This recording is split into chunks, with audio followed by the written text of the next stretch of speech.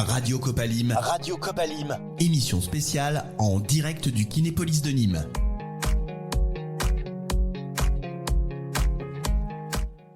On est ensemble donc pour cette émission spéciale de Radio Copalim à l'occasion de la journée régionale de lutte contre la précarité alimentaire. Émission enregistrée, les meilleurs moments de cette table ronde donc en podcast et tout est en streaming. Nous sommes ici pour parler de ce sujet crucial qui touche de nombreuses personnes dans notre région et évidemment bien au-delà, c'est la précarité alimentaire. Alors on a eu le privilège d'écouter ce témoignage qui n'aura pas été, bien sûr, qui ne nous aura pas laissé insensibles, le témoignage de Carole Le Floch qui a rappelé l'importance de l'engagement de chacun pour construire des solutions durables. Un témoignage vraiment inspirant sur lequel nous allons réagir et bien plus encore, on est ensemble pour une petite heure. Ce qui nous réunit aujourd'hui, n'est-ce pas Christelle ?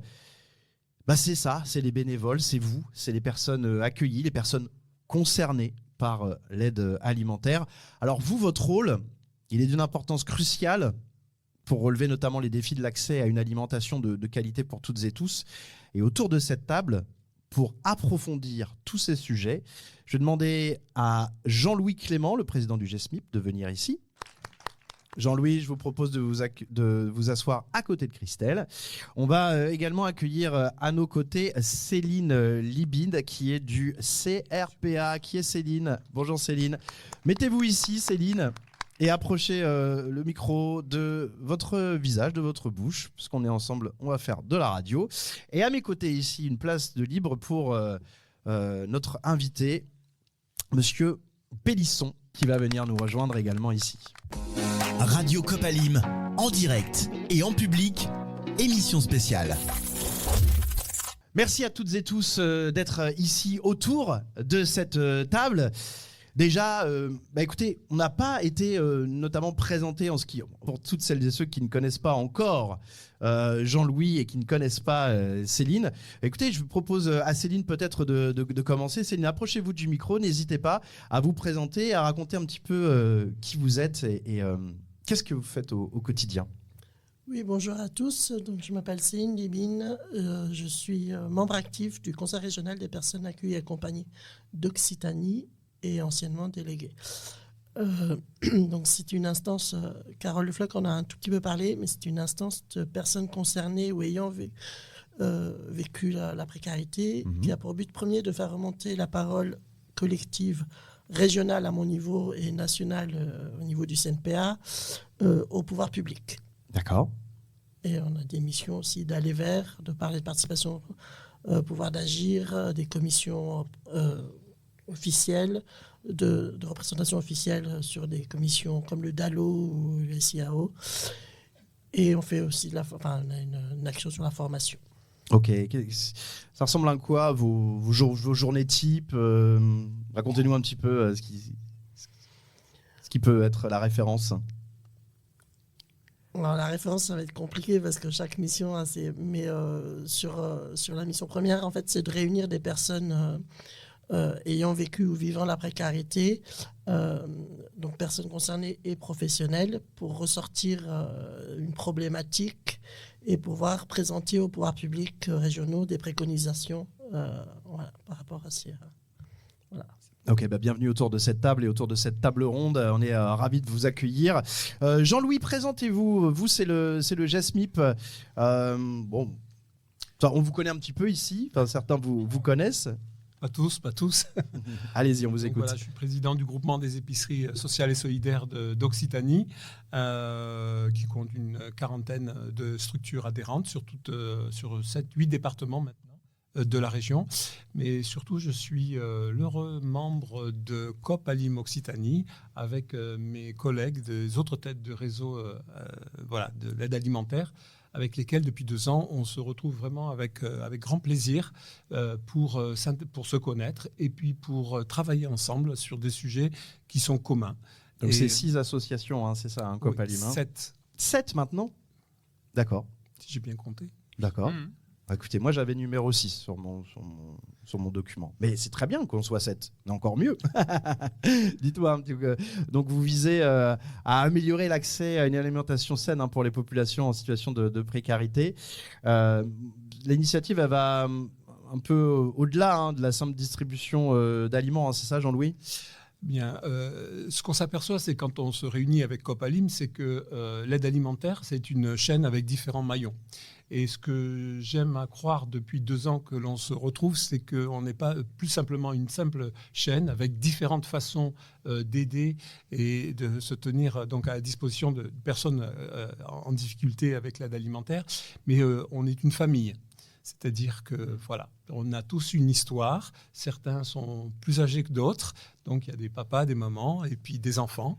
Et c'est un réel plaisir de voir qu'à travers toute cette chaîne, il y a vraiment une complémentarité. Il y a une façon de travailler beaucoup plus efficace dont on peut prendre conscience et qui nous sert et nous motive à nous améliorer aussi à chacune de nos rencontres. J'entendais à ma gauche Monsieur Pélisson qui faisait oui de la tête, déjà parce qu'apparemment c'est bien expliqué, hein, du coup. Voilà. Vous vouliez réagir sur ce qui a été dit et sur ces... Je voudrais qu'on revienne un peu sur cette initiative quand même. Vous l'avez dit tout à l'heure en préambule et pour tous ceux qui nous écoutent en podcast ou en direct et puis pour ceux qui sont ici, phénomène que ce soit unique et vraiment très très innovant quelque part. Puis il n'y a pas de mal à être aussi les premiers à se lancer dans quelque chose. Donc on peut aller peut-être au cœur de tout ça avec vraiment peut-être l'histoire, comment ça a germé cette idée-là, d'où ça vient. Alors je vais vous raconter l'histoire, mais elle sera complétée ou critiquée par les membres de Copalim. Moi je suis arrivé au 1er janvier 2021 et j'ai fait le tour des grandes associations régionales, puisque je travaille sur une 60aine de thématiques, dont la lutte contre la précarité alimentaire. Et à l'époque, effectivement, les Restos du Cœur, comme les banques alimentaires, n'étaient pas encore structurés à l'échelle régionale. Ce n'est pas tout à fait vrai pour les banques alimentaires qui avaient une structure informelle, qui l'ont formalisée sous forme d'association à Badoc. Et effectivement, ça nous a permis assez rapidement de se réunir une première fois à l'échelle régionale, encore une fois, de cette immense région, comme je disais tout à l'heure. La difficulté qu'on a rencontrée, c'est que lors de la première réunion, et ceux qui étaient s'en souviennent, quand j'ai mis les pieds dans le plat en disant ce serait bien qu'on commence par parler des problèmes que vous rencontrez tous, un problème de la ramasse, du recrutement du bénévolat, de véhicules obsolètes, de bâtiments qui ne sont pas aux normes. Par quoi voulez-vous commencer ? La réponse a été assez unanime de dire mais nous, on n'a pas de problème. Parce que je pense à l'époque, chacun voulait se préserver et présenter ses fragilités aux autres. Ça veut dire effectivement accepter de laisser tomber le masque. On s'est revus quelques mois plus tard. On a visité ensemble une plateforme logistique alimentaire de la grande distribution. Et à l'issue, je me souviens bien que Ouria Tareb, qui est ici au premier rang, a dit aux autres, mais si on allait tous manger ensemble. Et effectivement, une fois qu'on commence à manger ensemble, à raconter des blagues, etc., on se rend compte que finalement, on partage beaucoup de choses. Et quand Jean-Louis Clément dit on constitue une famille, dans une famille, on ne gomme pas les différences. On ne gomme pas non plus les différences de point de vue, voire les difficultés, voire éventuellement, ça peut arriver aussi les conflits. Mais en tout état de cause, il y a une solidarité formidable qui fait qu'on surmonte ces difficultés, on surmonte ces différences pour avoir un vrai dialogue en franchise. Et moi, j'ai accompagné cette dynamique-là que je trouve absolument fabuleuse et qui est, encore une fois, un exemple pour l'ensemble des collectifs associatifs d'Occitanie, dont j'aimerais bien qu'ils aient la même dynamique, ils l'ont, mais ils sont des kilomètres derrière. J'aimerais bien qu'ils aient effectivement le même allant pour aller effectivement très vite, très fort et très loin sur, ça fait un peu les Jeux Olympiques, sur effectivement encore, ces dynamiques interassociatives et qui nous font du bien à tous parce que ça nous permet de progresser, de se remettre en question, de voir que tel est très en avance sur tel sujet et que sur tel autre sujet, c'est tel autre. Et je trouve que ça, c'est vraiment très intéressant parce que les défis qu'on va avoir à affronter sont quand même immenses. Céline, peut-être une réaction par rapport à tout ça quand on se replonge dans cette grande dynamique, on regarde ça avec fierté. Fierté, je sais pas, mais c'est sûr que le fait qu'on soit pris en compte et écouté valorise tout le parcours qu'on peut avoir de personnes précaires. Et quelque part, on a peut-être l'impression d'être utile à l'évolution du travail social et c'est bien aussi qu'on participe, puisqu'on le vit au jour le jour, qu'on participe à cette évolution, c'est bien. Alors justement, il y a quand même quelque chose de pragmatique aussi, parce que là, c'est l'histoire. C'est toujours intéressant de revenir et puis de se replonger avec sourire dans ce qui s'est passé. Mais Jean-Louis, on en parlait hier au restaurant, comme quoi... C'est toujours là que se passent les meilleures discussions, hein. C'est pas souvent. On discutait au restaurant hier, Jean-Louis, de l'utilité de cette journée. En fait, Jean-Louis est venu me voir comme ça à la fin du repas et m'a dit il y a quelque chose dans cette journée qui est ultra important. Voilà. Et donc c'est lui qui va expliquer tout ça. Jean-Louis, prenez le micro et puis racontez-nous qu'est-ce qu'on fait aujourd'hui en ce 12 novembre. Pourquoi on est ici ? Qu'est-ce qu'on fait là ? Et pourquoi c'est important qu'on travaille ensemble et qu'il se passe quelque chose aujourd'hui et que quelque chose ressorte de tout ça. Waouh, quel défi d'expliquer ça. Je pense que ça vient d'une prise de conscience aussi que nos pratiques, ce que nous vivons au quotidien dans nos associations, nos structures, mais aussi donc avec les personnes concernées, les personnes accueillies, les formes, les façons de vivre ça ont besoin aussi d'évoluer. L'aide alimentaire a besoin d'évoluer. Elle est déjà efficace, elle est déjà pertinente, mais il y a besoin de faire évoluer les choses. Elles ont besoin d'évoluer en termes techniques, je dirais, au niveau de l'amélioration de la qualité alimentaire, mais aussi d'un point de vue humain, comme la qualité de l'accueil aussi que nous pouvons réserver aux personnes. Et au-delà de ça, l'aide alimentaire, d'un point de vue stratégique, se pose des grandes questions. Aujourd'hui, comment elle va être financée ? Comment elle peut être vécue aussi en société ? Comment cette aide alimentaire peut être un facteur d'intégration, d'insertion, de mieux vivre ensemble ? La solidarité, me disait un chercheur, on a peut-être un petit peu rendu le terme un peu trop technique, mais la solidarité, c'est du partage. Et est-ce qu'on ne devrait pas revenir aussi à des fondements sur cette aide alimentaire qui sont basés sur des valeurs de partage ? Et le partage, c'est il n'y a pas que quelqu'un qui donne d'un côté et quelqu'un qui reçoit de l'autre. Non, mais c'est pour rebondir sur ce que dit Jean-Louis. Il y a une complémentarité qui doit se faire entre les personnes qui viennent demander de l'aide alimentaire ou autre et les bénévoles, les professionnels qui entourent, qui nous accompagnent et que cette complémentarité, elle est, Carole le disait, hein, elle est basée sur les compétences et les savoirs de chacun et il n'y a que comme ça qu'on pourra faire évoluer l'aide alimentaire en particulier, puisque c'est de ça qu'on parle aujourd'hui. Voilà. Justement, on va demander à Carole ce qu'elle pense de tout ça. Radio Copalim, Radio Cop Alim. Carole, vous êtes avec nous par téléphone. Tout ce qui a été dit là, on va vous demander un petit peu de réagir dans un premier temps sur toute cette aventure. Je laisse aussi le micro à Christelle qui est à côté de moi et qui a participé à l'interview et qui a co-construit le film, les 30 minutes qu'on a écouté tout à l'heure. Un mot sur ce qui a été dit et tout ce qui a été raconté pendant ces 10 premières minutes d'émission. Déjà, je voulais remercier les équipes qui m'ont invité pour cette journée. On a eu à se rencontrer et en débattre un petit peu en vidéo pour l'organisation. C'était très important pour moi parce que aujourd'hui, on est vraiment dans une situation, enfin, au niveau de la société, avec des décisions qui sont en train d'arriver, qui se creusent, qui sont pas, je pense, ne vont pas du tout améliorer la situation des plus précaires, des personnes en situation de précarité. C'est fort aujourd'hui parce que je suis quand même très, très, j'aime l'histoire de ce pays. Et nous sommes le 12 novembre, le lendemain d'un jour férié qui marque le sujet quand même parce que, on sait bien que les problèmes d'alimentation et de faim, surtout après-guerre, vraiment étaient vraiment voilà, ceux qui ont connu ces périodes-là savent à quel point la nourriture et la faim est dramatique. Et aujourd'hui, nous sommes en 2024 et je comprends toujours pas comment ça se fait qu'il y a autant de gens qui ont faim.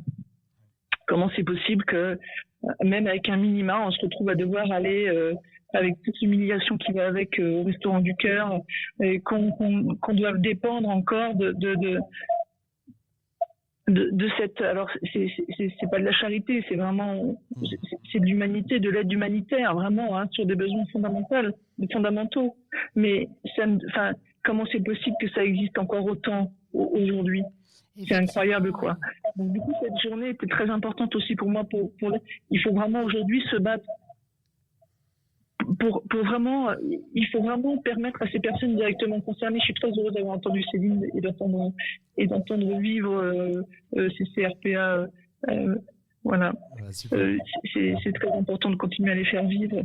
Et aujourd'hui, il faut permettre à ces personnes directement concernées de pouvoir s'en sortir. Christelle, vraiment, parce qu'on prend vraiment des décisions politiques là qui vont vraiment impacter et même aggraver les situations de précarité. Justement, Christelle a une question qui fait sens parce que c'est le moment, c'est l'instant. Oui, effectivement, Carole, la trêve hivernale a commencé depuis le 1er novembre. On sait que l'énergie coûte cher, c'est de plus en plus compliqué pour les personnes précaires. Moi, j'avais envie que, suite à votre témoignage, si vous vous en souvenez, que vous nous racontiez comment s'est passée en fait votre première participation, Carole. Mon parcours de participation dite institutionnelle, c'est ça? Oui. Oui, bonjour Christophe, je suis très heureuse de vous entendre. Je suis tombée sur après avoir été obligée d'errer 1 an à la rue pour une sécurité, le temps de trouver un CHRS adapté pour femmes victimes de violences, le temps que l'agresseur soit condamné. En fait, j'ai rencontré, je dis moi entre guillemets, mon professionnel en fait était Mathilde, qui était très très impliquée sur ce sujet de la participation. Et puis elle m'a fait rentrer, elle m'a proposé de participer au groupe d'expression interne du CHRS. Et ensuite elle m'a apporté vers la commission des usagers au niveau départemental, puis le CRPA comme parlait Céline, donc au niveau régional, et puis je suis montée au niveau national, donc au CNPA où j'ai été élue déléguée. Mais tout a commencé au sein de la structure par une professionnelle qui était très impliquée sur ce sujet et qui croyait fondamentalement que c'était un devoir pour elle de nous faire participer aux décisions qui nous concernent au quotidien. La trêve hivernale, c'est en ce moment, donc on en a parlé. Bien sûr, on a tous subi l'augmentation du tarif de tout, j'ai envie de dire, c'est simple, j'ai envie de dire l'énergie, mais pas seulement, tout a pris 20% assez facilement. Puis là, je m'adresse à Carole et aussi à toutes celles et ceux qui sont autour de la table. Comment on gère en ce moment l'augmentation du nombre de personnes qu'on doit accueillir? Comment dans les départements, les régions, les mairies, comment ça se passe alors qu'il y a augmentation en fait des personnes concernées et de leur arrivée dans les structures et difficultés liées à la vie même de ces structures au quotidien, difficulté des aidants à aussi pouvoir sortir éventuellement de leur porte-monnaie, des dons ou tout simplement de venir en aide à des personnes en ramasse ou à côté de ça. Enfin, on sent qu'il y a quelque chose qui augmente, coût de la vie, coût de l'énergie. À côté de ça, on sent qu'il y a des besoins qui augmentent. Et alors, comment les deux arrivent à se croiser? Et c'est un peu votre retour d'expérience à toutes et tous. Peut-être, Céline, comment ça se passe en ce moment? Alors effectivement, il y a de plus en plus de personnes, il y a aussi de plus en plus de publics spécifiques et ils n'ont pas tous les mêmes besoins ou les mêmes attentes vis-à-vis des offres et des dispositifs. Et d'un autre côté, il y a de moins en moins de personnes bénévoles, même salariées, pour manque de financement variés et divers. Il ne faut pas rentrer dans les détails, on va accuser personne. Mais voilà, donc c'est un peu paradoxal et ça provoque, en tout cas chez les personnes concernées, beaucoup d'agressivité en termes d'incompréhension, parce qu'on n'est pas forcément toujours au courant de tout. C'est vrai que de faire partie du CRPA, ça m'a aussi permis de voir entre guillemets l'envers du décor, enfin en tout cas de l'autre côté, parce que je travaille beaucoup avec les professionnels, avec les politiques, avec les personnes concernées, avec les chercheurs, avec les étudiants. Moi, je fais aussi de la formation, donc voilà. Et du coup, Du coup, ça permet de comprendre les choses et une fois qu'on comprend, on peut mieux les expliquer aussi. Et cette question, pas d'horizontalité ni de transparence, parce que ça, j'y crois pas, mais au minimum de communication les uns avec les autres et d'interconnaissance. Monsieur Pélisson, je suis obligé de me retourner aussi vers vous. Hein, vous représentez l'organe étatique, donc c'est souvent aussi vers vous qu'on se tourne pour tout ce qui est, bien sûr, les financements et les besoins. Bon, on ne va pas tourner longtemps autour du pot. On connaît la situation actuelle, hein, on en parle suffisamment. Et donc, comment on fait aujourd'hui pour être malin et pour justement essayer d'aider le plus possible. Voilà. Et puis, pas que les personnes concernées, mais aussi Copalim, le Secours catholique, le Secours populaire, Andes. Alors moi, je partage l'inquiétude générale. On ne sait pas ce qui va en être du budget de l'État l'année prochaine et des budgets des collectivités, mais pour cette année, on ne peut pas dire qu'il y a eu moins de crédits, notamment en matière d'aide alimentaire. Laurence Coulon et sa collègue sont là aujourd'hui de la DRETS. On a multiplié par 11 sur 2 ans le montant des financements de l'aide alimentaire en Occitanie côté État. On est passé en gros de 660 000 euros à 6,6 millions ou quelque chose comme ça. Donc c'est très important cette augmentation.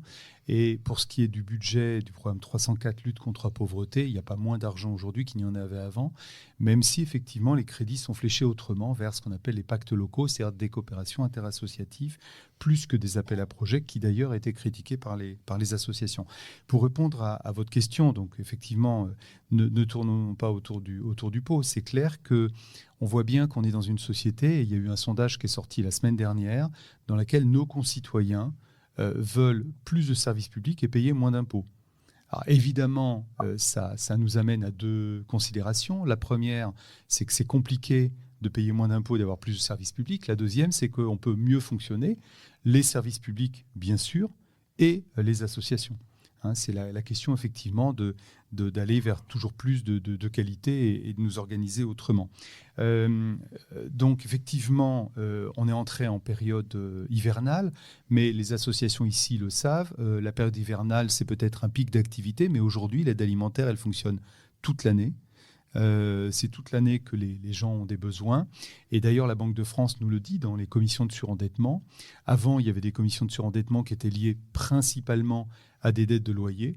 Aujourd'hui, les commissions de surendettement sont majoritairement sollicitées pour des dettes de la vie courante, factures de gaz, factures d'électricité. C'est le fameux reste à vivre, en fait. Hein. C'est ça. Ouais. Et alors, peut-être un point qu'on n'a pas suffisamment abordé, le lien entre l'aide alimentaire et la participation, si vous permettez un petit mot rapide, pour dire qu'ici en Occitanie, on a aussi une autre particularité qui, à mon avis, n'existe nulle part ailleurs en France. C'est effectivement l'animation par la Fédération des acteurs de la solidarité, Nicolas Coste ici présent, d'une part d'un groupe de travail sur la participation. Je pense qu'en France, tous les groupes de travail lancés par la dynamique de lutte contre la pauvreté en 2019 sont à l'arrêt, sauf en Occitanie. Et ce groupe de travail, porté par la FAS, a mis en place de la sensibilisation à la participation, a mis en place effectivement un accompagnement de structures qui se lancent dans la participation des personnes concernées. On a également un sondage qu'on a administré il y a 1 mois ou 2, toujours avec ce groupe de travail, pour savoir quel était le retour d'expérience des structures engagées. Et donc, on a aussi cette particularité, effectivement, de tenir beaucoup à la participation. Et peut-être un dernier mot pour dire qu'effectivement, il y a une différence fondamentale entre écouter les besoins des personnes, c'est-à-dire faire de la consultation, faire de la concertation, et véritablement la participation qui est une marche supplémentaire dans la démocratie, c'est-à-dire véritablement comment on co-construit ensemble. Alors, on le co-construit dans l'aide alimentaire, mais on le co-construit aussi sur des expériences très innovantes. L'une, par exemple, que j'aime beaucoup moins sur son aspect aide alimentaire que sur son aspect réappropriation démocratique, qui sont les caisses alimentaires communes, qui, à l'échelle de certains territoires, il y en a à Montpellier, il y en a à Toulouse, il y en a une qui est en train de se mettre en œuvre en Ariège, il y en a d'autres encore que j'oublie, et qui consiste effectivement à mettre tout le monde autour de la table, les producteurs, les personnes elles-mêmes, qu'elles soient personnes concernées ou les habitants du quartier, les associations. Et je trouve que là, il y a vraiment des belles dynamiques qui, à mon sens, renouvellent complètement cette notion de démocratie qui ne consiste pas à mettre simplement un bulletin dans l'urne, mais aussi à s'engager là où on est à l'échelle de son quartier ou de sa ville. Carole, une réaction peut-être sur tout ce qui a été dit. Déjà, on se rend compte qu'il y a des initiatives, que finalement, il y a aussi des budgets. En réalité, on a toujours l'impression qu'ils se réduisent. Alors, ils sont peut-être pas suffisants, mais ils existent encore. Et puis, Céline parlait un peu de tension en ce moment. Voilà, qu'est-ce que vous en pensez de tout ça ?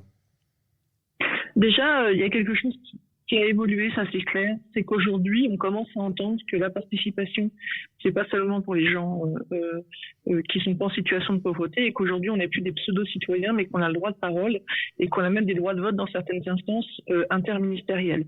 Donc ça, c'est vraiment une grande avancée parce que considérer le pauvre... c'est pas parce qu'on est pauvre qu'on est complètement con quand même, on a quand même un avis et on vit quand même dans cette société, donc on sait penser aussi. Et ça, c'est important, parce que quand on le vit, quand on l'éprouve, c'est pas la même chose que quand on en parle en général. Et justement, cette trêve, c'est impressionnant les dégâts qu'elle fait. Ouais. Parce que psychologiquement, on vous met quelque chose en attente. Mais ça continue à accumuler pendant cette trêve. S'accumule, et même si vous avez quelques mois de tranquillité, vous vivez avec la boule d'angoisse au quotidien en vous disant « mais quand ça va finir, ça va être encore pire ». Parce que là, il n'y a rien qui cicatrise en fait. On met quelque chose en attente. Cette société, je trouve qu'elle le fait beaucoup trop, les gouvernances le font beaucoup trop, ça. On va vous verser ça parce qu'aujourd'hui, il y a un problème en société, donc on va vous augmenter ça, ça va vous aider à tenir. Mais c'est pas comme ça que ça fonctionne en fait. Ça a été pensé d'une façon où on n'arrête pas de mettre des choses en attente en pensant que ça va... En pensant que, voilà, mais vous devriez être content, vous avez mis une trêve, mais qu'est-ce qui va se passer quand la trêve va s'arrêter ? Qu'est-ce que vous croyez que pendant cette trêve, en fait, ça va être magique, tu vas retrouver un emploi, tout va peut-être se stabiliser, je vais retrouver un appartement. Il y a plein de droits communs qui sont complètement bafoués au quotidien, en fait. Et c'est pas une trêve qui va... Elle est nécessaire pour plein d'aspects, parce que déjà, on peut rester au chaud. Alors, vous imagineriez plutôt en fait aplanir les choses et ne plus parler, par exemple, de trêve hivernale. Par exemple, c'est quelque chose que j'entends en fait dans ce que vous dites. Non, ce que je dis, c'est qu'il faudrait. Il y a des choses qui sont tentées, mais ce qui devrait être, vous savez, à l'époque, une fois il y avait une organisation qui parlait du logement inclusif et qui avaient des projets innovants, mais je leur dis, mais si vous vouliez créer quelque chose d'innovant, il y avait un moment, il y a un CHRS qui a été construit, en fait. Ce qui aurait été innovant, c'est que l'année d'après, il n'y en ait plus et que tout le monde ait un logement de droit commun. Sans être obligé de passer par une structure d'hébergement, ni par l'hôtel. Vous voyez, il y a quelque chose qui n'est pas régulé, en fait. Et on dit non, mais vous inquiétez pas, ça va s'arranger. Et du coup, en attendant, pour que vous puissiez rester au chaud, on vous met une trêve. Vous voyez, c'est vraiment un pansement. Souvent, on utilise cette image en disant c'est un pansement sur une hémorragie. Aujourd'hui, il faut construire des logements. Il faut repermettre aux gens de pouvoir de sortir de ces structures d'hébergement pour retourner dans un logement, quoi. Jean-Louis qui est à côté de moi du GESMIP, on peut aussi réagir sur tout ce qui a été dit par le commissaire Monsieur Pélisson, par Carole. C'est quoi le sentiment en cette période-là, à cet instant T, fin 2024 plus près. Si je peux m'exprimer un peu au nom de mes collègues de Copalim par rapport à la situation actuelle, donc hausse des bénéficiaires, difficulté à trouver des produits et tout, on a je crois une même volonté de rester et de développer et de stabiliser le nombre de personnes que nous servons au jour d'aujourd'hui d'une meilleure façon et en tout cas d'une façon beaucoup plus pertinente et efficace. On a cette volonté-là en travaillant ensemble. en cherchant des solutions ensemble d'amélioration, d'optimisation aussi, de mutualisation de moyens. Il y a des pistes, il y a des choses qui existent, mais c'est en se rencontrant qu'on les fait. Donc il y a une participation de tous qui est nécessaire. M. Pélisson a parlé effectivement aussi des expérimentations que représentent les caisses d'alimentation citoyenne.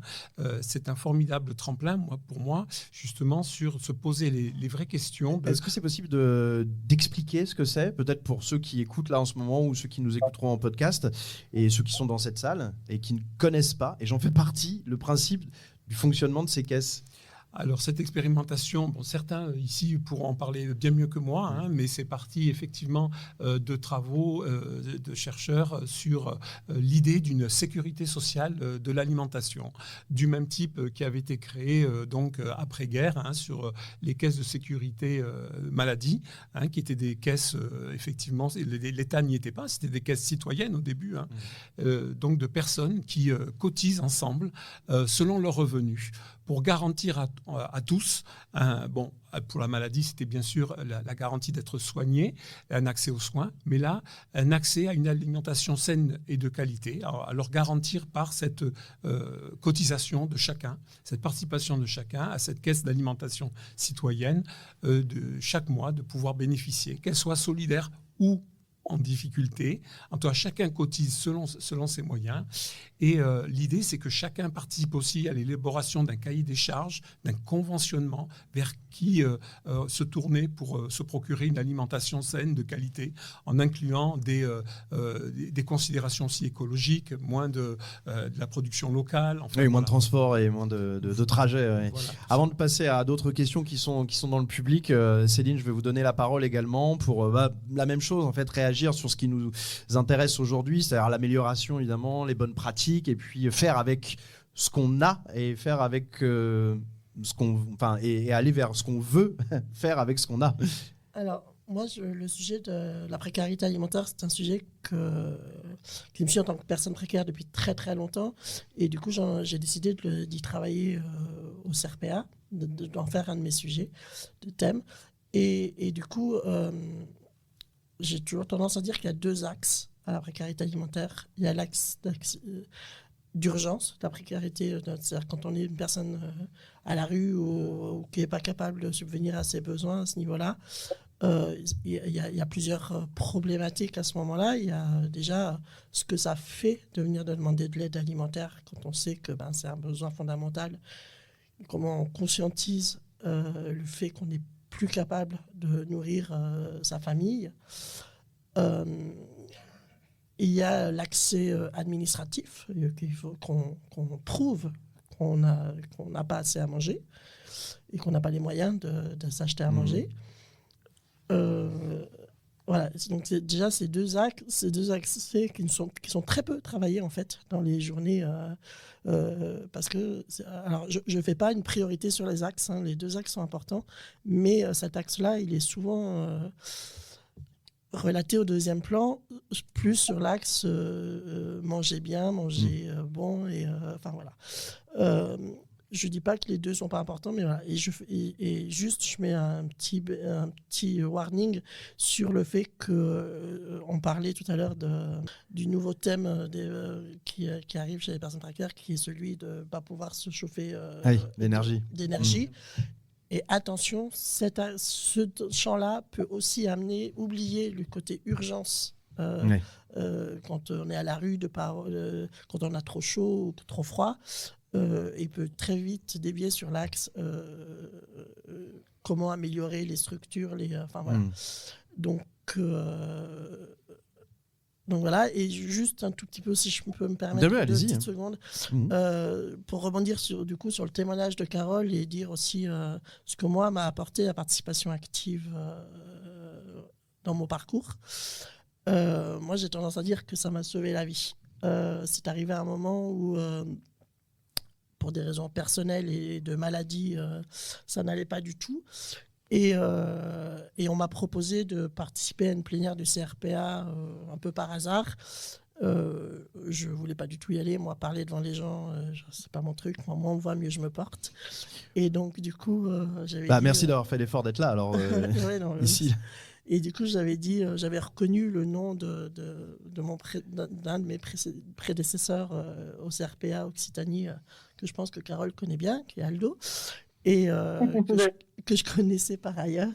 Et du coup, c'était après Covid, donc j'ai dit, bon, j'irai, je dirais juste bonjour à Aldo, et puis voilà. Et puis en fait, j'ai une espèce, moi j'appelle ça la légitimité, mais chacun appellera ça comme il veut, un truc qui m'est tombé dessus ce jour-là, je ne l'explique pas, je ne le comprends pas.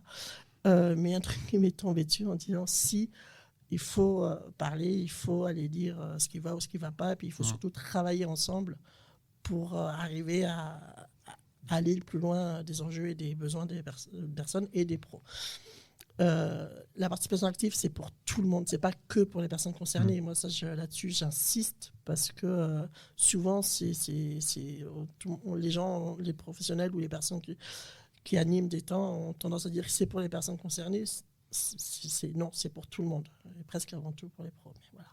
Juste un mot, si vous permettez, Oui, pour dire, puisque Céline a parlé de précarité énergétique, qu'on organise ici même, enfin à Pont-du-Gard, le 10 décembre, une journée d'études sur le même format que celle-ci, sur la précarité et la lutte contre la précarité énergétique avec l'Agence départementale de l'habitat et du logement du Gard.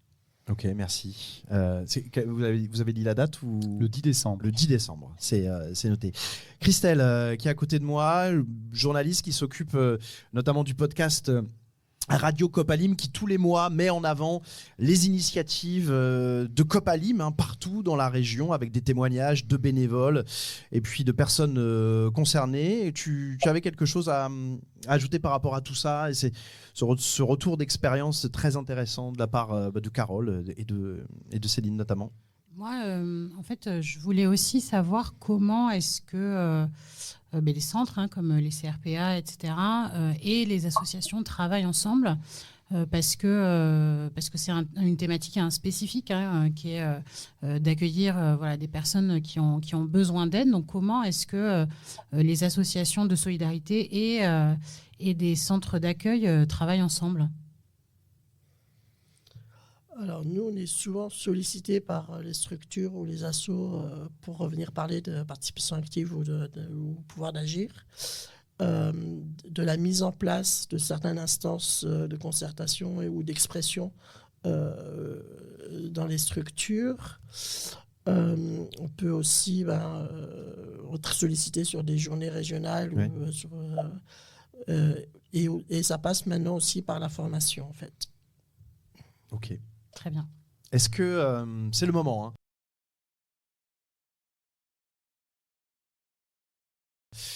Ça va être le moment, si vous le souhaitez, messieurs, dames, de lever la main, poser des questions. Si vous le souhaitez, il y a un micro, si quelqu'un peut aller le prendre et puis le faire balader. Ce sont nos aides de camp, Audrey et Firas qui sont là. Si vous avez des questions, posez-les dans la salle, on va les entendre. Allez-y, je vous écoute. Comment on fait avec ces personnes qui sont sans droit? Non, mais d'abord, merci mesdames, vous avez raison d'insister sur le fait que l'aide alimentaire est souvent la porte d'entrée pour permettre d'entrer en contact avec les personnes et développer à partir de là un accompagnement social. Ce sont les personnes qui n'ont pas accès à leurs droits alors qu'elles en ont. On a 5 expérimentations ici en Occitanie des territoires zéro non-recours, la ville de Montpellier, le département de la Haute-Garonne, 3 communautés de communes rurales, la plus proche étant dans l'Aude autour de la ville de Bram.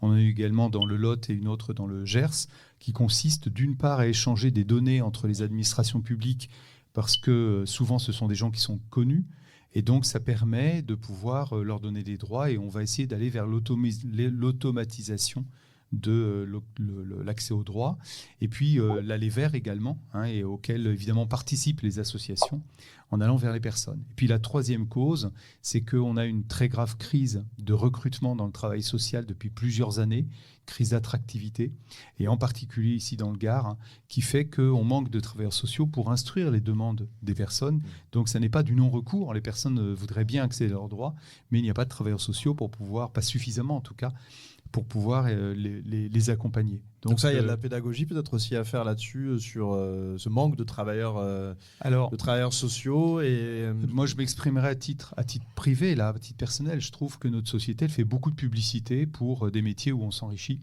et qu'elle n'a peut-être pas suffisamment le courage de ses valeurs, c'est-à-dire de faire de la publicité pour les métiers de l'humain, pour les métiers du social, pour les métiers du médico-social ou du sanitaire, qui sont tous en crise. Et c'est vrai que tous ces métiers qui sont très largement féminisés, à plus de 80%, ce sont des métiers d'une grande noblesse, mais notre société préfère effectivement faire de la publicité pour les métiers de l'ingénieur ou du commerce, qui ont leur utilité évidemment, mais très loin derrière, parce que qu'est-ce que c'est qu'une société s'il n'y a pas de lien social? Et donc, effectivement, je pense que notre société, elle doit réaffirmer l'importance de ces métiers. Alors, la revalorisation salariale, c'est une des questions, mais à mon avis, ce n'est pas la seule. Je pense que l'affirmation de l'utilité de ces métiers, une meilleure traitance, parce que la bientraitance n'est pas non plus toujours partagée par le secteur public ou associatif. Hein. Et donc, il y a beaucoup de choses qui sont dans le qualitatif qui, à mon avis, se jouent et qui sont tout aussi importants effectivement que l'aspect financier. Mais en tout cas, on voit bien que ces métiers du social, qui représentent au sens large plus de 100 000 emplois en Occitanie, c'est un des tout premiers emplois d'Occitanie, parce qu'il y a les travailleurs sociaux, ceux qui sont qualifiés bien entendu, mais il y a aussi tous les services d'aide à la personne, oui, bien sûr. Tous les services d'aide à la personne, au domicile ou autres, qui sont des petits métiers, souvent pas très bien payés, souvent avec beaucoup de trajets de déplacement entre deux personnes à servir, pas forcément pris en charge, ou en tout cas pas bien pris en charge.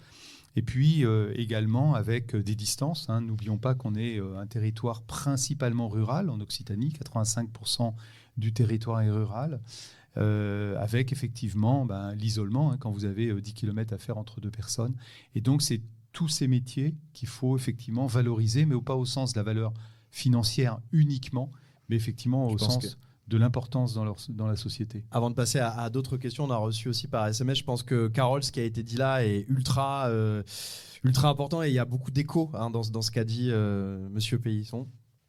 Alors oui, je suis aussi personne qualifiée au sein du Haut Conseil du travail social et c'est un combat que j'ai depuis 11 ans maintenant aussi pour travailler sur ces sujets-là. Et je pense que les métiers d'humain sont aujourd'hui un sujet par lui-même qui mériterait vraiment d'être présenté comme une journée thématique. Oui. Et il y a vraiment une évolution aussi à cause des propres difficultés que vivent ces professionnels. Et on dit on parle de sens, on parle de manque de personnel, mais on parle pas de professionnels qui sont des citoyens confrontés aussi eux-mêmes à une aggravation des difficultés et qui passent tellement de temps pour essayer de s'en sortir eux-mêmes qu'ils n'ont plus forcément autant de temps à donner aux personnes qui sont aussi en difficulté. Pour le travail social aussi, il y a ce sujet de la pérédance qui est primordial. Il n'est pas assez abordé non plus parce que je pense qu'il faut une sensibilisation et une connaissance sur ce potentiel futur travailleur social entre guillemets. Vous parlez beaucoup du aller vers, mais c'est aussi à un moment vous permettre aussi de retourner vers. Et vous voyez, par exemple, toutes les mobilités qui ont été mises en place, comme les camions douches, les choses comme ça, sont très importants aussi. C'est dans un premier temps, bien distinguer la situation d'urgence et nous permettre après de pouvoir nous redonner envie aussi de retourner vers les institutions, vers les aides, nous redonner confiance en nous pour ça. Et juste, je voulais préciser quelque chose que j'ai pas dit tout à l'heure, c'est que ce qui est fait sur l'aide alimentaire, c'est fondamental. Parce que quand on a faim, déjà on est dans des situations, en fait, on a une pression mentale, une angoisse qui empêche justement de pouvoir se projeter pour du meilleur. Ça nous empêche d'aller chercher du boulot, ça nous empêche de se dire que demain ça ira mieux. Ce sont vraiment des pressions au quotidien qui sont très destructrices. Et déjà d'avoir un repas, vous savez, le camion des soupes populaires, comme j'ai été, il y a plein de petits endroits comme ça où on peut avoir un sandwich gratuit, des choses comme ça. À partir du moment où on n'a plus faim, on arrive à retrouver un peu d'énergie et à se concentrer sur une autre problématique qu'on a. Et ça, c'est extrêmement important que ça existe. Merci. Je suis un peu émue là. Non, mais c'est normal. J'ai tendance à l'être, mais c'est très important de le redire que au moment où on a l'estomac calé, en fait, on arrive à se concentrer sur autre chose. Et ça, c'est extrêmement important. Carole, je peux vous dire que vous avez été applaudie à ce moment-là dans la salle. et que vous avez le soutien des personnes qui sont en face de moi. Merci pour ce témoignage, Christelle. On a reçu des questions par SMS. On est à la pointe de la technologie.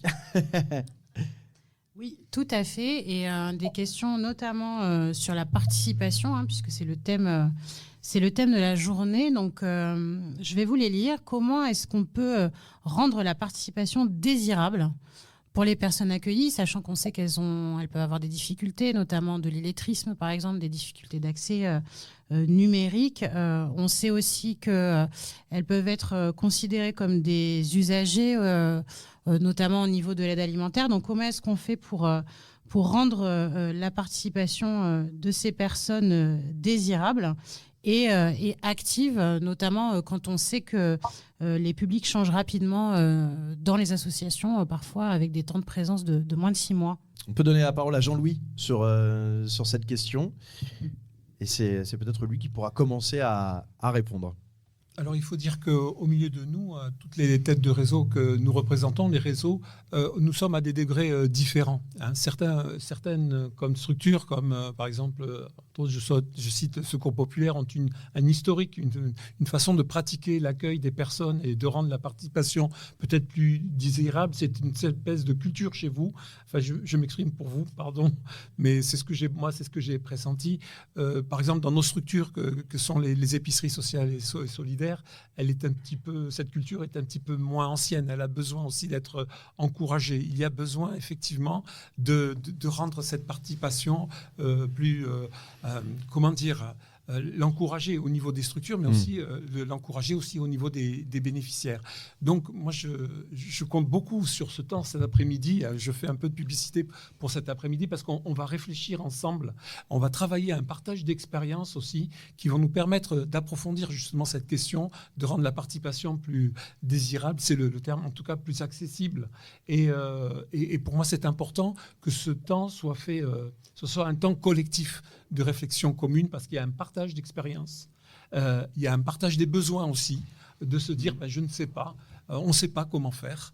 Et ça, c'est important aussi, de se poser les questions ensemble. Donc, je vous en prie, cet après-midi, participez à tous ces ateliers. Alors, je pense qu'ils sont là et positifs et dynamiques aussi. Voilà, la thématique de la journée, c'est également aussi de sortir quelque chose de positif et de dynamique. Vous vouliez rajouter quelque chose ? Oui, la participation citoyenne, elle a pu, à certains moments, dans certains lieux, être instrumentalisée, avec beaucoup de déception.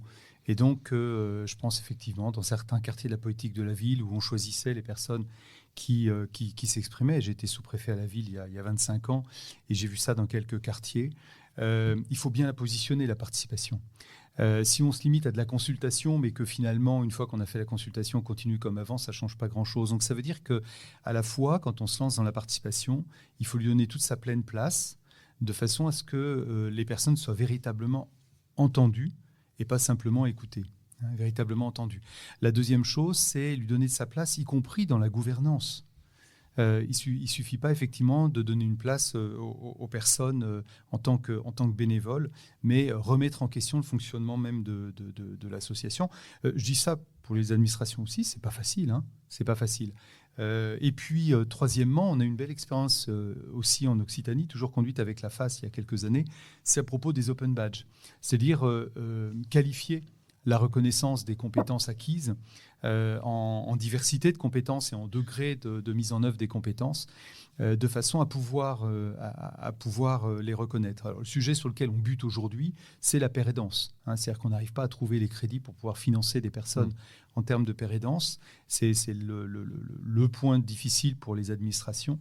Mais en tout état de cause, on ne désespère pas. On a des projets, par exemple, avec le 115, avec le SIAO, notamment dans l'Hérault, mais qui n'est pas encore complètement abouti. On n'a pas encore trouvé complètement le modèle financier. Mais en tout état de cause, donc, ça ne doit pas être un faire-valoir. cette participation. Je pense qu'il faut vraiment travailler les méthodes pour que ce soit quelque chose de sincère, d'efficace, pour ne pas décourager les personnes qui s'y lancent et du coup briser effectivement cette autocensure des personnes pour lesquelles ça peut apparaître au départ comme un défi insurmontable ou comme une nouvelle forme de souffrance parce que ça peut être aussi perçu comme stigmatisant. On a d'autres questions, Christelle ? Oui, justement, sur la père aidance, une personne a demandé si les pères aidants étaient rémunérés comme au Canada ou pas. Oui, Céline ? Alors, il y a un amalgame qui est un peu fait parce que dans le médico-social, la père aidance est salariée. Mais dans le social, il y a vraiment 3 distinctions entre la participation active, la père aidance et le travail pair. Le travail pair, dans le nom, il y a le mot de travail. Donc, il doit être systématiquement rémunéré et salarié. La père aidance dans l'AHI, enfin dans l'accueil et l'urgence, c'est surtout des gens qui vont à un moment donné se retrouver entourés d'autres personnes qui ont les mêmes problématiques, qui ont un peu un parcours similaire, même si chaque parcours est individuel, et vouloir aider la personne. Et ça, souvent, ça reste du bénévolat. Sauf dans le médico-social où ce terme de père aidant a été repris, mais c'est du travail pair. Ok. Et la participation, c'est à 98% bénévole. On a des questions dans la salle aussi. Alors, 2 options. Soit vous venez directement nous les poser.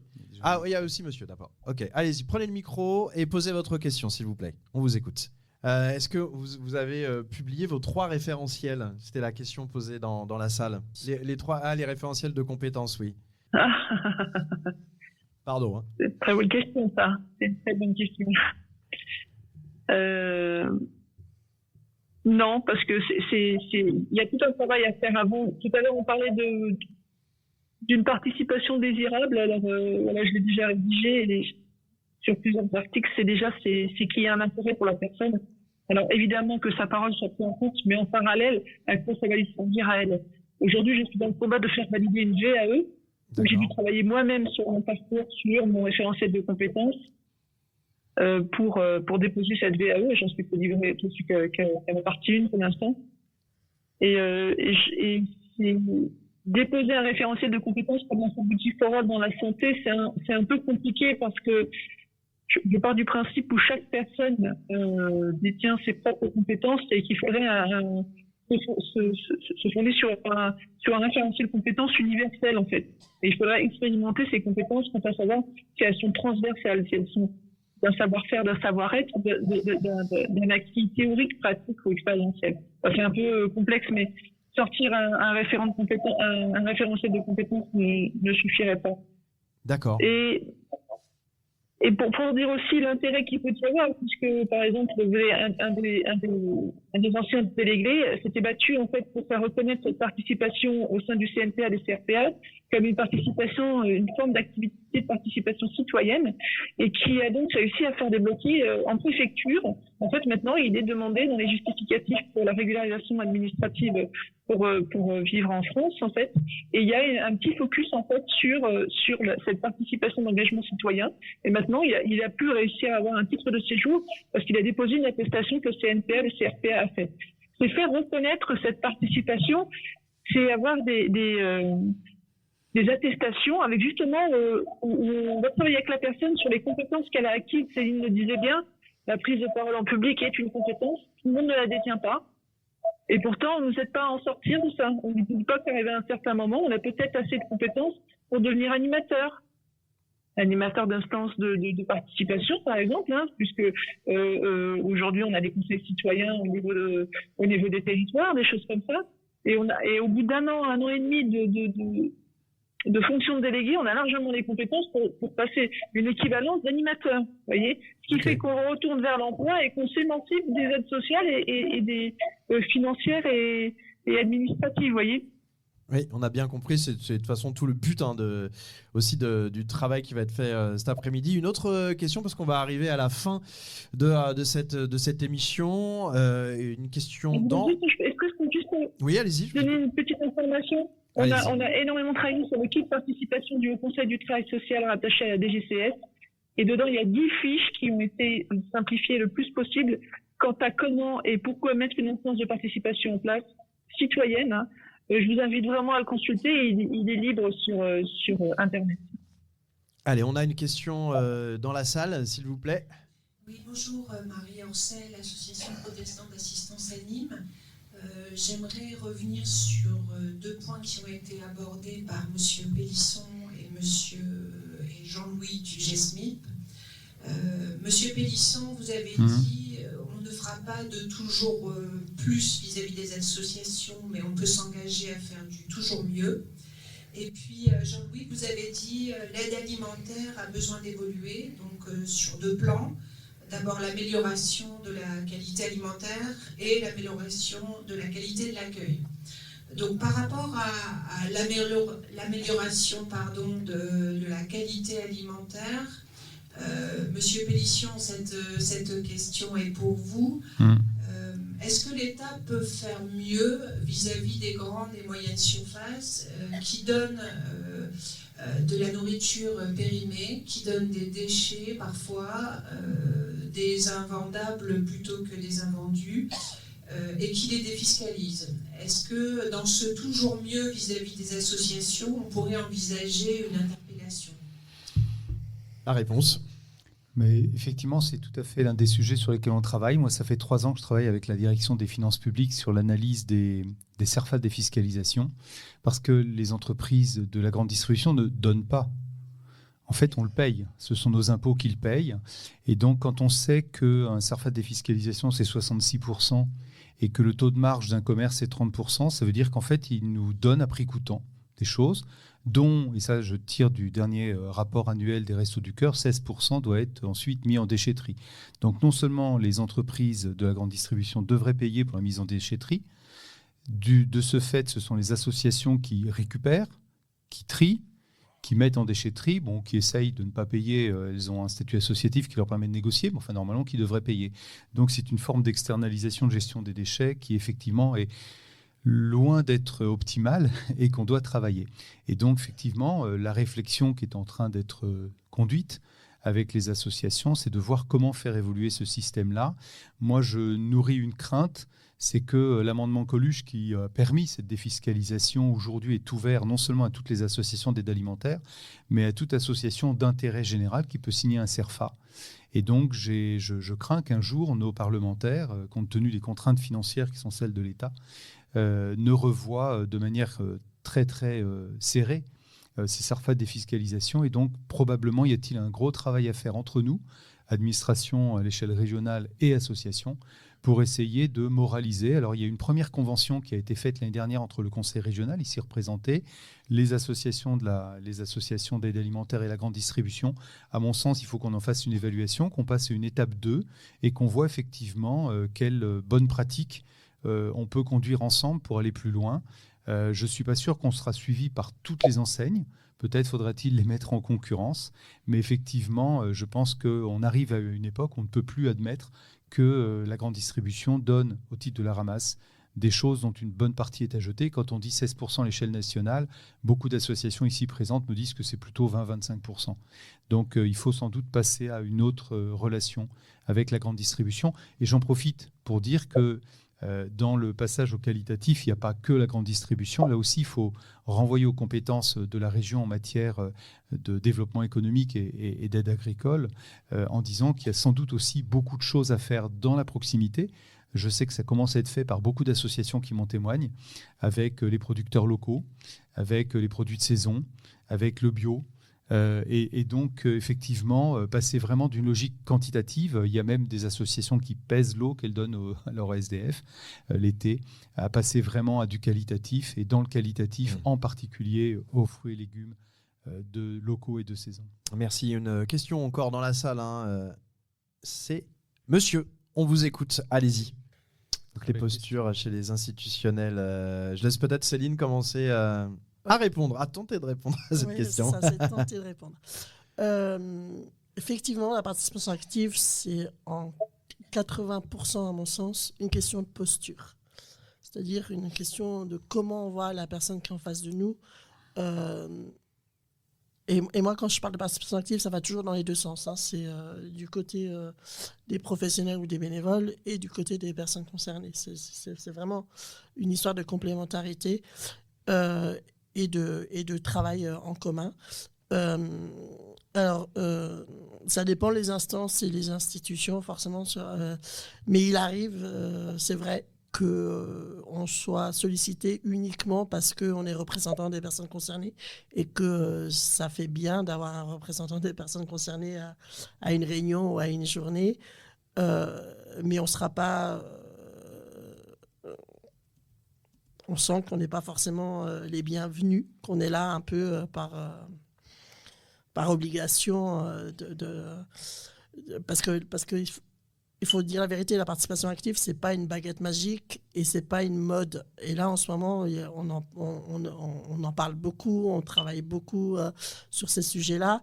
Moi, je dis que tant qu'on n'a pas vu réellement la plus-value et les bienfaits, moi, je les vois à mon titre, mais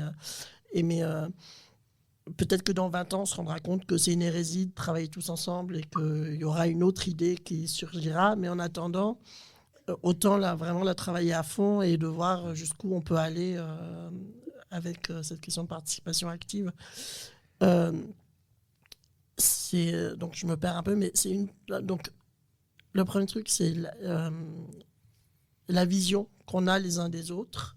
C'est tout un travail sur les représentations qui sont aussi liées aux uns aux autres, par notre parcours, par notre profession, par nos instances et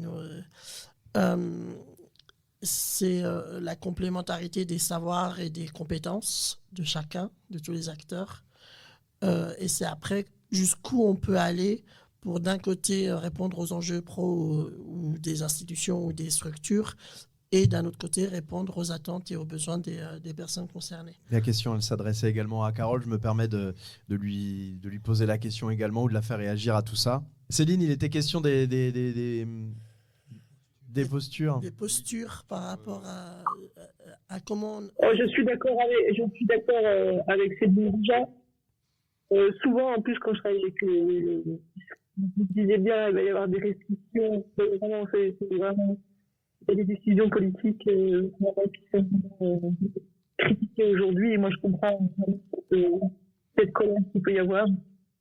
Mais en vérité, il y a un truc qui est gratuit, c'est considérer celui qui est en face de soi. On vous entend plus très bien, Carole. Je suis désolé, peut-être que vous avez changé Un truc qui est gratuit. Ah voilà. Là, vous m'entendez ? Un truc qui est gratuit, c'est considérer la personne qui est en face de vous avec des capacités. D'accord. Il n'y a pas besoin d'être diplômé, il n'y a pas besoin de sortir les budgets, ni d'être formé à ça, c'est considérer la personne. Les étudiants que je rencontre, je pense que je l'ai dit dans ma vidéo, d'espèces de vieux déchets qui étaient sur un banc, sans dents, tout dégueulasse, et qui aujourd'hui leur donnent des cours. Et il y a quelque chose dedans qui fait que le regard des personnes qui passent est extrêmement important. Celui qui va vous regarder avec considération sans regarder l'apparence, celui-là sera une bonne personne et pourra faire changer les choses. Celui qui vous considère comme un déchet inutile, ne changera rien. Céline voulait réagir Je voulais juste rebondir là-dessus. Vous avez tout à fait raison, Carole, mais du coup, c'est aussi comment on considère comment on considère la personne qu'on a en face de soi, et que souvent, en tant que personne précaire, on peut plus faire de choix pour tout un tas de raisons. Et la participation active redonne le pouvoir de faire des choix et d'être responsable de sa vie et de son parcours. Je peux peut-être, si vous permettez, juste dire un mot. Rapidement, parce qu'après on va... Non, mais c'est une phrase. C'est qu'effectivement, quand on fait de la participation, il ne faut pas avoir préjugé des réponses. Sinon, effectivement, c'est plus de la participation. Faut accepter de se décentrer et de se laisser remettre en question. Dernière question. Je pense qu'on en est à la dernière question. Oui. Louis Rouget des Restos du Cœur au niveau régional, donc pour l'Occitanie. Je vais faire assez rapidement. On sent qu'il y a un enjeu de reconnaissance aussi. Carole l'a bien posé dans son témoignage, la question de la reconnaissance par diplôme en France. Et donc ce travail qu'elle a fait autour du référentiel de compétences que je trouve hyper intéressant.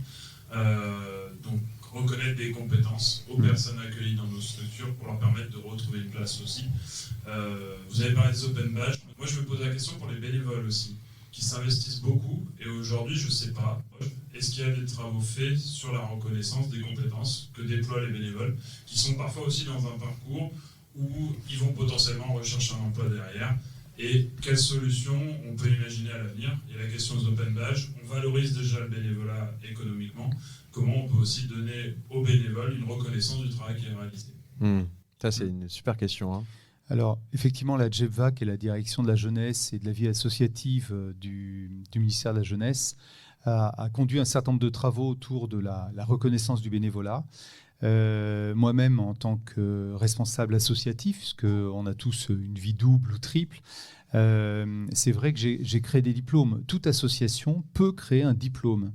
Et donc, rien n'interdit que les associations reconnaissent des parcours associatifs avec des compétences, valident les compétences de la manière dont elles le souhaitent et puissent les attester. Alors, ça peut être des open badges, ça peut être des diplômes, etc.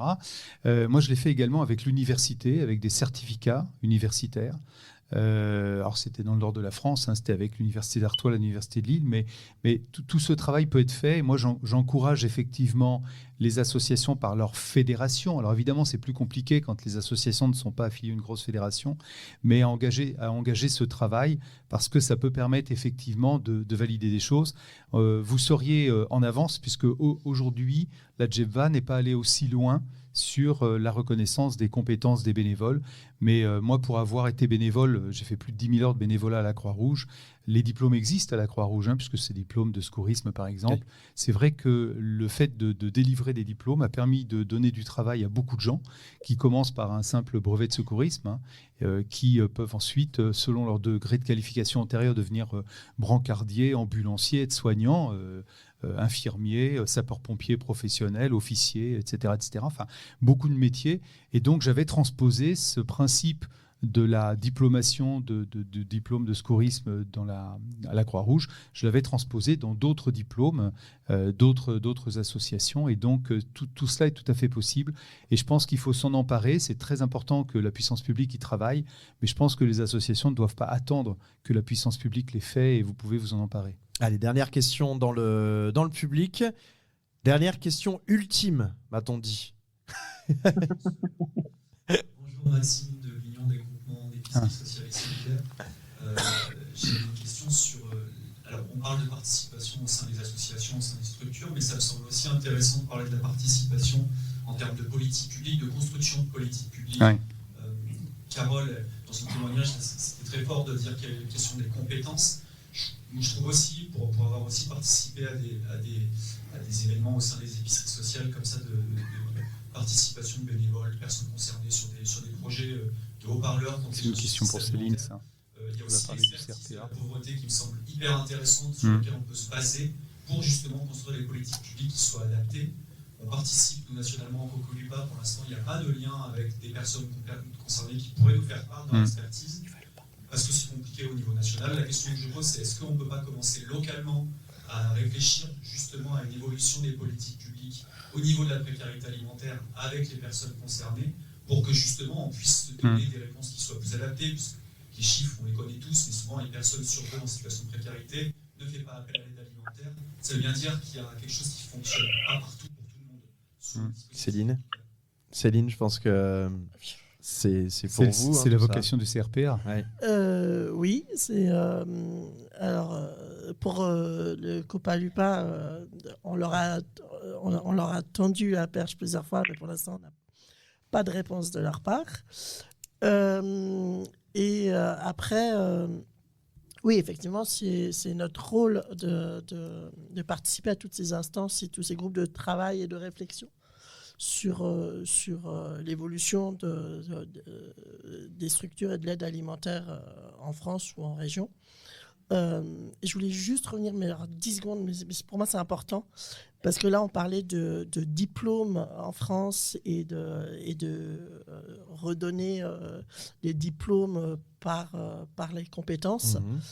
Mais moi je suis devenu travailleur pair et je considère ma légitimité dans ce travail et dans ce titre qui sont mes années de précarité quelle qu'elle soit, et aussi mes années de participation active dans beaucoup d'instances. On parlait forcément le CRPA, le CNPA, mais aussi des instances de réflexion. Carole parlait du Haut Comité du Travail Social, mais le Haut Comité du Travail Social, il se décline aussi régionalement ou localement par les comités locaux ou régionaux du travail social et du développement social, dans lesquels on participe. Il y a plein d'instances et de groupes de travaux, de réflexion ou de mise en œuvre, ou aussi en question de plaidoyer auquel on participe. Et tout ça, c'est notre formation. Moi, je suis d'accord avec Carole quand elle dit que le CRPA et tout ce qu'on travaille et toutes les instances sur lesquelles on travaille participent à notre formation pour être travailleur pair. Et du coup, c'est ça notre formation à nous. Alors, elle n'est pas reconnue par un diplôme...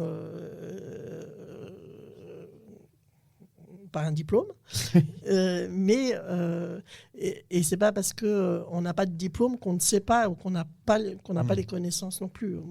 Moi, je me forme, je lis énormément, je prépare mes cours. Enfin voilà, moi je considère que j'ai une formation. Et pardon, en dehors du CRPA, nous, toutes les conférences régionales et la plupart des journées d'études comportent effectivement des ateliers autour de la participation, comme on le fait aujourd'hui. Et donc, par exemple, vous trouverez sur mon compte LinkedIn les recommandations qui ont été formulées par le groupe de travail Égalité des chances. J'avais tout à l'heure au téléphone Swazi Gandour, qui est la déléguée régionale de la FEV, qui est une association de mentorat. Et donc, effectivement, les politiques publiques essayent, je ne dis pas qu'on y arrive bien, mais essayent de se construire, en tout cas à l'échelle régionale, avec la participation à tous les étages. Bien, juste un petit mot d'abord pour remercier chaleureusement Carole Le Floch pour son témoignage. C'est pas pour. Je pense qu'on peut l'applaudir. Ouais. Merci beaucoup. Merci Carole, merci à vous. Je crois que Carole, vous nous avez transmis quelque chose et en tout cas, vous nous avez donné du courage.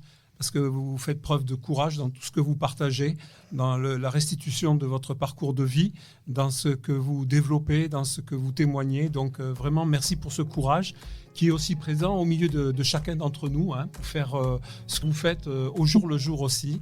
Donc merci pour ce courage que vous nous redonnez, Carole, sur cette question de la participation active, mais aussi donc de l'amélioration et le développement de l'aide alimentaire. Merci. Merci beaucoup, merci Céline, merci Jean-Louis, merci monsieur le commissaire. Radio Copalim, émission spéciale en direct du Kinépolis de Nîmes.